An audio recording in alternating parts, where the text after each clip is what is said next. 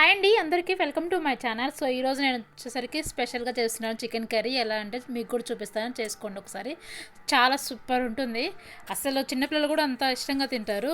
First వచ్చేసరికి chicken clean చేసుకున్న తర్వాత పసుపు, కారము, అలాగే వచ్చేసరికి సాల్ట్, మనకు కొంచెం పెరుగు, అల్లం వెల్లుల్లి పేస్ట్ వేసుకొని మొత్తం కలుపుకొని పక్కన పెట్టుకోవాలి. తర్వాత వచ్చేసరికి ఒక 3 ఆనియన్స్ కట్ చేసుకొని ఫ్రై చేసుకొని బ్రౌన్ కలర్ వచ్చే వరకు అవి తీసుకొని పక్కన పెట్టుకొని కొంచెం బాదం పప్పు, జీడిపప్పు, అలాగే పెరుగు వచ్చేసరికి మొత్తం మిక్సీ పట్టుకోవాలి. ఆ మిక్సీ పెట్టుకున్న పేస్ట్ వచ్చేసరికి పక్కన పెట్టుకొని మళ్ళీ కొంచెం ఆయిల్ వేసి బిర్యానీ మసాలాలు ఉంటాయి కదా, అవన్నీ వేసిన తర్వాత ఇంకా మనం కలుపుకున్న చికెన్ వేసుకొని కొంచెంసేపు మగ్గనివ్వాలి. మగ్గిన తర్వాత మళ్ళీ కొంచెం కారం వేసుకొని, ధనియాల పొడి, కొంచెం గరం మసాలా వేసుకొని, కొంచెం అలాగే వచ్చి జీలకర్ర పొడి వేసుకొని మొత్తం కలుపుకోవాలి.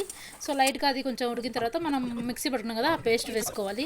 సో ఇంకా తర్వాత వచ్చేసరికి కొంచెం ఇది మనకు కొత్తిమీర వేసుకోవాలి. అంతే, సూపర్గా ఉంటుంది టేస్ట్ అయితే.